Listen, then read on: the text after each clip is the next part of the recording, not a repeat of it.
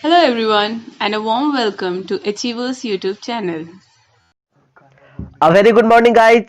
आपका एक बार फिर से हमारे यूट्यूब चैनल पर बहुत बहुत स्वागत है और आपको दिवाली की एडवांस में हार्दिक शुभकामनाएं। ठीक है, दिवाली बहुत बढ़िया तरीके से मनाइएगा, फैमिली के साथ मनाइएगा, थोड़ा सा पटाखों से बचिएगा। खैर आप लोग अब तो बच्चे रहे नहीं, लेकिन बस जो आपके घर में बच्चे हैं उनके साथ पटाखे जलाइएगा तो थोड़ा होशियारी से जलाइएगा। ठीक है, बाकी आप लोग समझदार हो ही।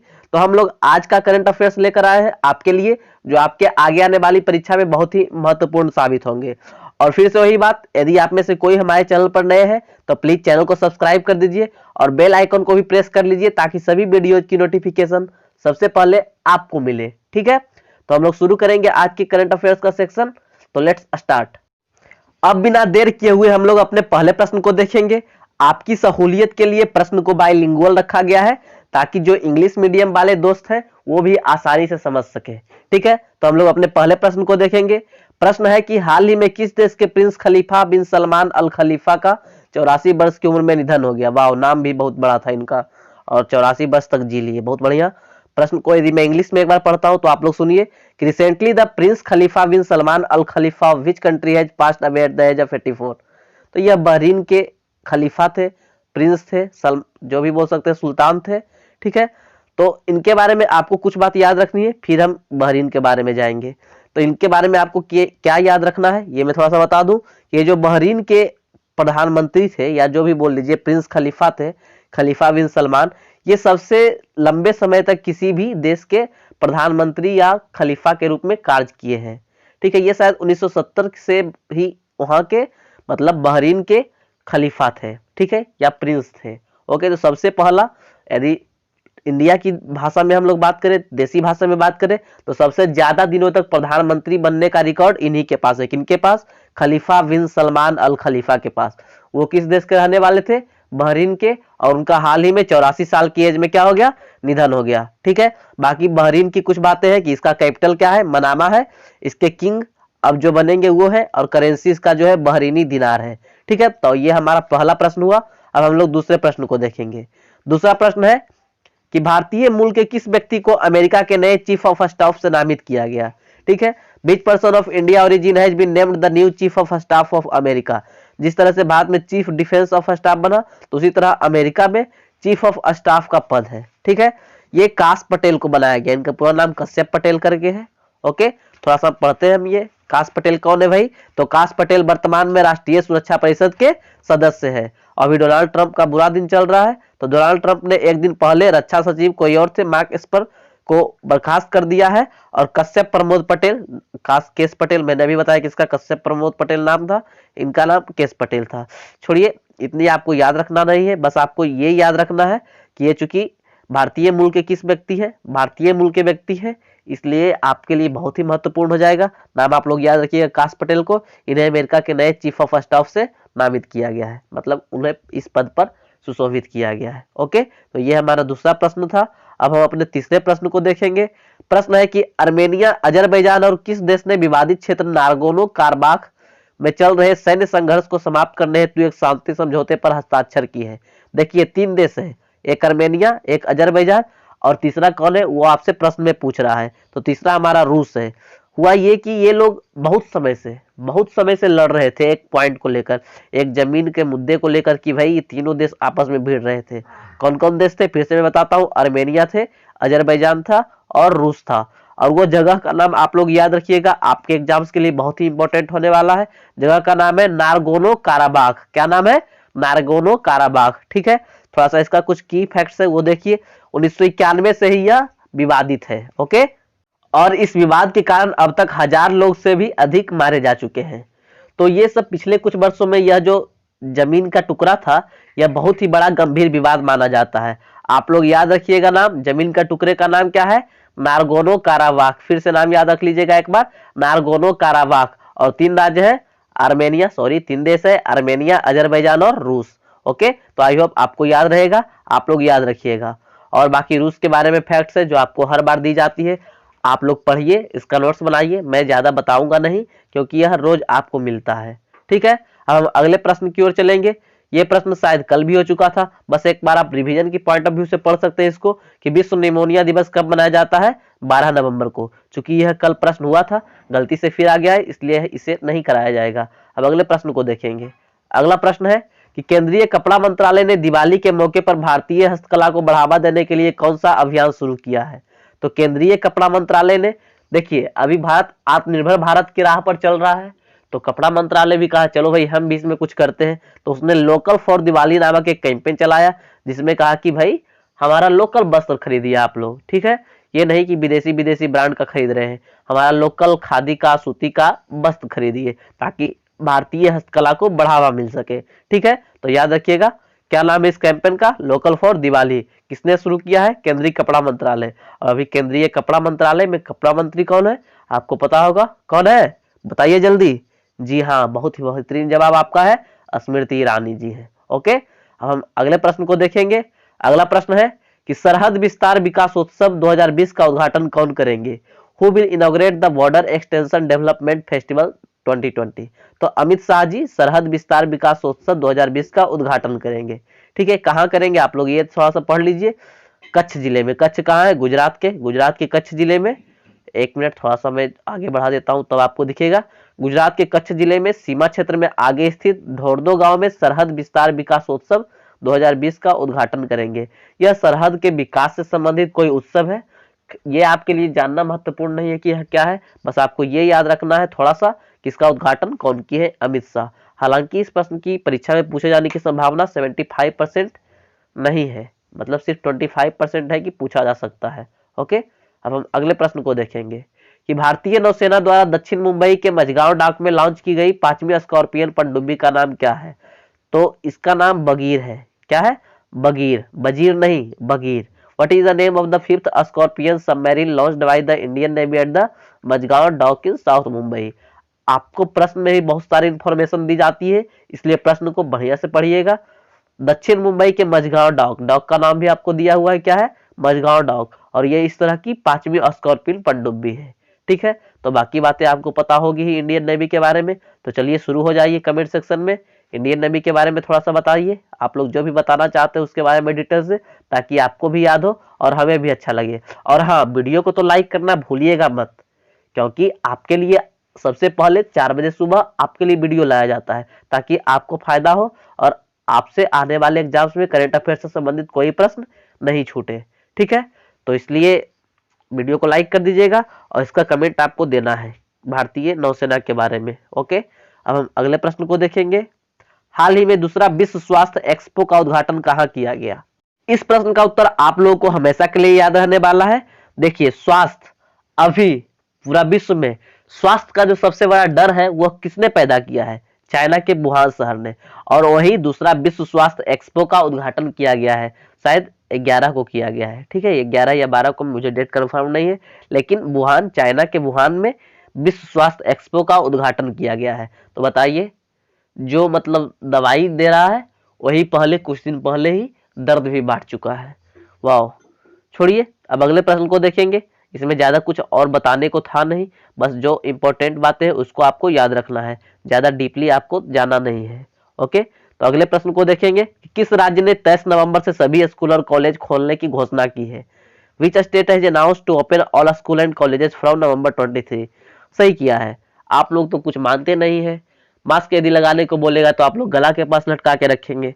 सही किया है, स्कूल कॉलेज खोल दिया। कौन सबसे पहले काम किया, गुजरात। बोल रहा है कि हम लोग 23 नवंबर से सभी स्कूल कॉलेज को खोल देंगे। बहुत ही बढ़िया कदम है, पूरे इंडिया में खुल जाना चाहिए अब कायदे से। सब बच्चा लोग अब परेशान हो चुका है घर में बैठे बैठे, ठीक है। अब गुजरात के बारे में बाकी बातें मैं थोड़ा सा पढ़ देता हूँ। इसका कैपिटल जो है गांधीनगर है, लार्जेस्ट सिटी अहमदाबाद है, गवर्नर आचार्य देवव्रत जी है, चीफ मिनिस्टर विजय रूपानी जी है, विधानसभा में 182 सीट, राज्यसभा में 11 सीट, लोकसभा में 26 सीट। हाईकोर्ट, इसका ध्यान रखिएगा, गांधीनगर नहीं अहमदाबाद में है। एरिया वाइज रैंक 5th है और पॉपुलेशन वाइज रैंक 9th है। और अहमदाबाद में ही विश्व का सबसे बड़ा स्टेडियम कौन है, मोटेरा स्टेडियम, उसका उद्घाटन किया गया था, जिसमें नमस्ते ट्रंप कार्यक्रम हुआ था, याद है आपको। हाँ, अब ट्रंप जी डूब चुके हैं। और देखिए इसके बारे में कुछ कुछ बातें हैं। ब्लैकबक नेशनल पार्क, गिर नेशनल पार्क, ये सारी बातें रोज होती है तो आपको पता होगी। बस इसका लोकेशन आप लोग एक बार देख लीजिए ताकि आप लोगों को याद रहे कि हमारा गुजरात किधर है। इसने क्या बोला कि 23 नवंबर से हम लोग सभी स्कूल कॉलेज को खोल देंगे। बहुत ही बढ़िया, आप लोग खोल दीजिए। अब अगले प्रश्न को देखिए कि भारतीय सेना ने किस देश को खदानों का पता लगाने वाले कुत्ते और प्रशिक्षित घोड़े गिफ्ट किए हैं। बहुत ही बढ़िया काम करते रहता है सेना, गिफ्ट करते रहता है। किसको किया है इस बार बांग्लादेश को गिफ्ट किया है। क्या? प्रशिक्षित कुत्ते और घोड़े जो खदानों को खोज सके, मतलब खदानों को खोज सके, सॉरी खोदेगा ये कैसे। जैसे मान लीजिए कोई हीरा का खदान है या कोयला का खदान है या सोना का खदान है, तो उसको खोजने में ये लोग माहिर होते हैं, इसको इस तरह से ट्रेंड किया जाता है। तो ऐसे कुत्ते और घोड़े को इन लोगों ने गिफ्ट किया है बांग्लादेश की सेना को। ठीक है, अब अगला फैक्ट को देखिए। बांग्लादेश के बारे में कुछ बातें हैं कि कैपिटल और लार्जेस्ट सिटी ढाका है, ऑफिशियल लैंग्वेज बंगाली है, प्रेसिडेंट अब्दुल हमीद है, पीएम शेख हसीना, करेंसी टका और पार्लियामेंट जो है जातीय संसद भवन है। ओके, अब देखिए यह प्रश्न बहुत ही शानदार प्रश्न है कि 5वां आयुर्वेद दिवस कब मनाया जाएगा। तो 13 नवंबर को इस बार मनाया जाएगा। इसका देखिए डेट फिक्स है नहीं।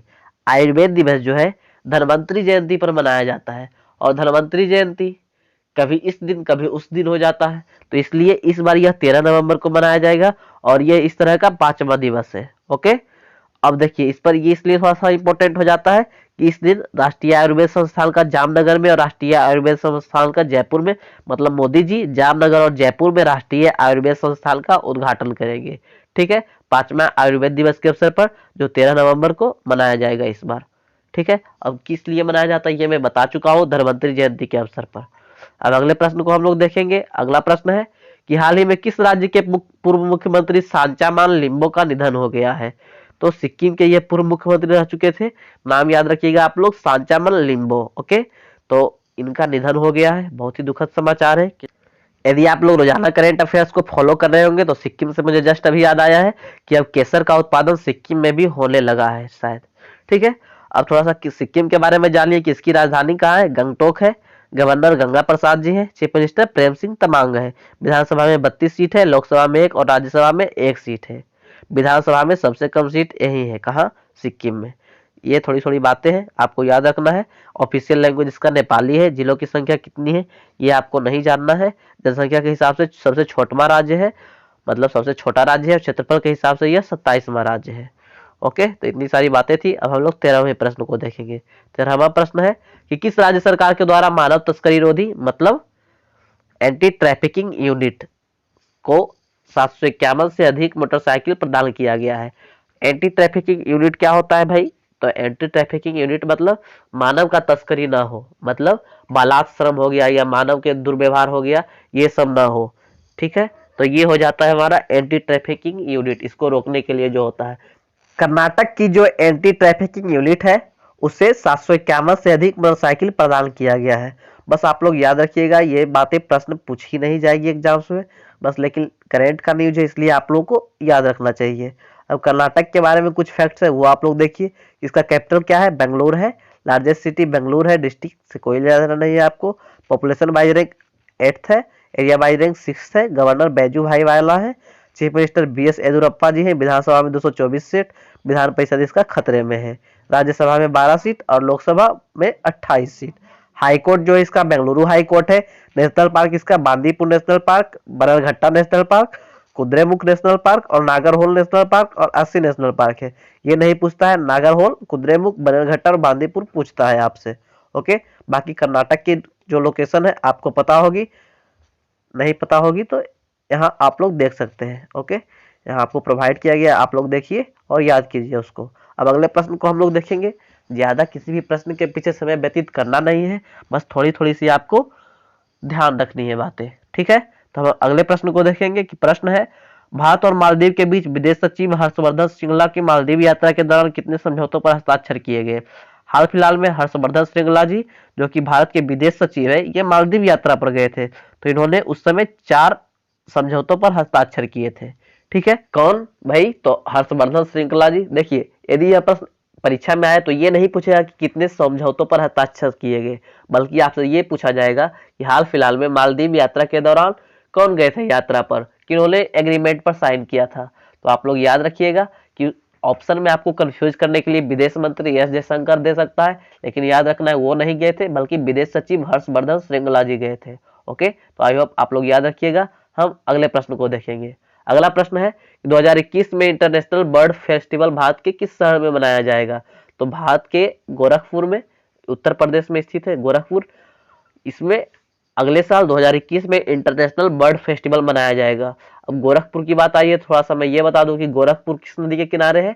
आप लोग याद रखिएगा, परीक्षा में पूछा जाएगा। बहुत कम लोगों को पता होगा कि गोरखपुर राप्ती नदी के किनारे है। ठीक है, बर्ड फेस्टिवल की बात आई है तो मैं थोड़ा सा, मुझे एक बात याद आ गया, मैं बता देता हूँ। भारत के एक बर्डमैन है, बर्डमैन आप लोग इनके नाम से परिचित होंगे। जी हाँ, सलीम अली इनका नाम है। इनका हाल फिलहाल में जन्मदिन था। आप लोगों को इनकी कुछ इंपॉर्टेंट किताबों का नाम बताना है, ठीक है, जो इन्होंने लिखा है। बस ये छोटे सा बात है, आप लोग कर सकते हैं, कोई बड़ा बात है नहीं। हम शायद आज का अंतिम प्रश्न को देखेंगे कि हाल ही में किस राज्य सरकार ने किसानों की सिंचाई की समस्या को हल करने के लिए शिक्षा समाधान एप्लीकेशन लॉन्च किया है? शिक्षा संविधान एप्लीकेशन लॉन्च किया है किस लिए? ये किसानों की सिंचाई की समस्या को हल करने के लिए। मान लीजिए आप एक किसान है, आपको सिंचाई से संबंधित कोई समस्या है, तो आप ऑफिस जाइएगा, वहां पर आपका वक्त लगेगा, आपका पैसा बर्बाद होगा। तो इन सब कारणों से निपटने के लिए ओडिशा की सरकार ने एक एप्लीकेशन लॉन्च किया है कि भाई आप वहीं से बैठे बैठे, घर में बैठे बैठे ये आप कंप्लेन कर दीजिए कि हमें ये समस्या है, हो सकता है कि आप इस पर कार्रवाई हो जाए। ठीक है, तो ये ओडिशा सरकार बहुत ही बेहतरीन काम करते रहती है। ओडिशा के बारे में बहुत सारे फैक्ट्स है, ये हम ज्यादा देखेंगे नहीं, बस इसके नेशनल पार्क को याद रखिएगा, सिमलीपाल नेशनल पार्क और जो भी है भितरकनिका नेशनल पार्क। ठीक है, याद रखिएगा। और बाकी ओडिशा बराबर न्यूज में रहता है तो इसका मैप भी आपको पता ही होगा। हम देखेंगे question of the last day के बारे में, मतलब पिछले दिन जो प्रश्न आपसे पूछा गया था और आप में से बहुत कम लोगों ने बहुत सही सही जवाब दिया था। ठीक है, तो प्लीज आप लोग अपनी संख्या बढ़ाएं जवाब देने में। जवाब देने में हर्ज ही क्या है? यदि 40-60 लोग भी रोज आप वीडियो को देख रहे हो तो प्लीज 40-60 कमेंट होना चाहिए। ओके, कोई नहीं, मेरा काम है, अब आपका जो काम होगा आप कीजिएगा। प्रश्न में पढ़ देता हूं। प्रश्न है कि किस राज्य में ग्रामीण निकायों में महिलाओं को 50% आरक्षण देने की विधेयक पारित हुआ है? तो हरियाणा राज्य सरकार यह कही कि भाई अब हम महिलाओं को 50% आरक्षण देंगे ग्रामीण निकायों में। तो ये बहुत ही बेहतरीन तरीके से इसका जवाब किसके द्वारा दिया गया था, ये हम नीचे की स्लाइड में देखेंगे। रिया रिजांजलि के द्वारा इस प्रश्न का जवाब बहुत ही बेहतरीन तरीके से दिया गया था और बहुत सारी बातें पूछी गई थी, उसका भी जवाब इनके द्वारा बहुत ही बेहतरीन तरीके से दिया गया था। आप लोग देख सकते हैं इनका जवाब। रिया जी, आप जो भी आगे आने वाली एग्जाम्स दे उसके लिए आपको बहुत बहुत शुभकामनाएं, बेस्ट ऑफ लक एडवांस में। ठीक है, तो देखिए बहुत ही बेहतरीन तरीके से इन्होंने जवाब दिया था। अब हम लोग देखेंगे आज के प्रश्न को, जो आपको फिर से जवाब में देना है। प्रश्न है कि किस राज्य सरकार ने वाहनों से होने वाले प्रदूषण को कम करने के लिए रेड लाइट ऑन गाड़ी ऑफ अभियान को 30 नवंबर तक बढ़ाने का फैसला किया है? यह प्रश्न पहले भी हो चुका है, बस आपको एक बार रिकॉल करना है, आपको दिमाग पर जोर देकर, और बताना है कि आज के प्रश्न का उत्तर क्या है। ठीक है दोस्तों, तो आपसे अगले दिन मिलूंगा अगले वीडियो में। तब तक के लिए अपना ख्याल रखिएगा, घर पर रहिएगा, दिवाली को सेफली मनाइएगा। ओके, जय हिंद, शिवम साइनिंग ऑफ।